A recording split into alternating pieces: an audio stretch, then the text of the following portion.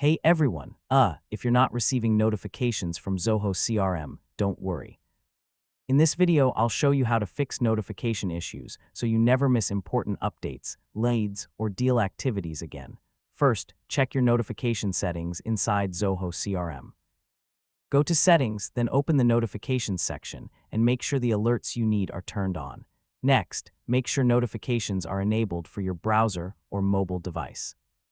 If you're using a browser, allow notifications when prompted. If you're using the Zoho CRM mobile app, check your phone settings.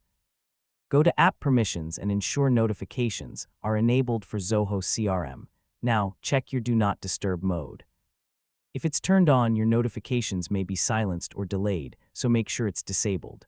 Finally, log out and log back into Zoho CRM or clear your browser cache if you're on desktop. So this can refresh notification syncing issues. And that's it. Yeah, these steps should fix most Zoho CRM notification issues. Now you'll stay updated with every important lead, deal, and task.